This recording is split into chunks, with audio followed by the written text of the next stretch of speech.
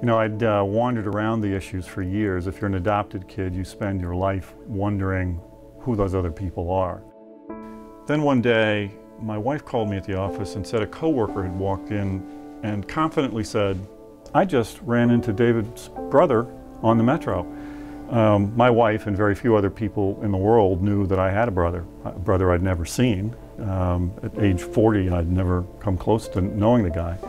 And so just the possibility that my brother was out there riding the Metro to work every day, he might even have been walking on the sidewalk in front of my office building where I was a lawyer, caused me to think, you know, if I don't start looking for him now, what if I look for him 10 years from now and that was him, but he died?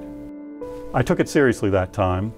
Whether he was my brother or not on that subway, it caused me to say I'd better get moving. You know, I'd set in motion eventually a process that was going to lead to a phone call that I received on literally a week before my 40th birthday. I'd come home from some outing with my wife, and the light was blinking on my answering machine. And I hit play. My wife had gone off to the grocery store. I was there alone, and I got this message from a woman I didn't know who told me that she had a confidential matter to discuss with me regarding, and then she said the name of my birth mother. It's the only time I'd heard anybody other than my wife or my private investigator use that name. And it was terrifying. I didn't know who this woman was, why she wanted to reach me. She gave me a phone number, said she was in Columbus, Ohio. I picked up the phone, called her back. She answered immediately. I told her my name, she told me hers. She started asking me questions. "Do you know who," and she says my birth mother's name, "do you know who she is?" "Yes, of course I know who she is." "You know that she has 3 children?" "Yes, I do know that." "Well, you may not know the whole story." "All right, well, what's the whole story?" They actually had 7 children, 4 of them in a row given up for adoption.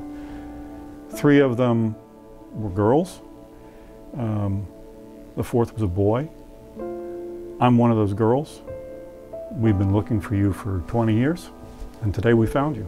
I still get emotional. I can't remember that experience without getting emotional.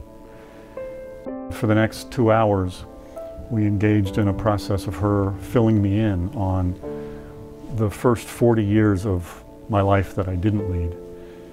All the siblings that I hadn't grown up with, all the kids of those siblings. It was a remarkable experience.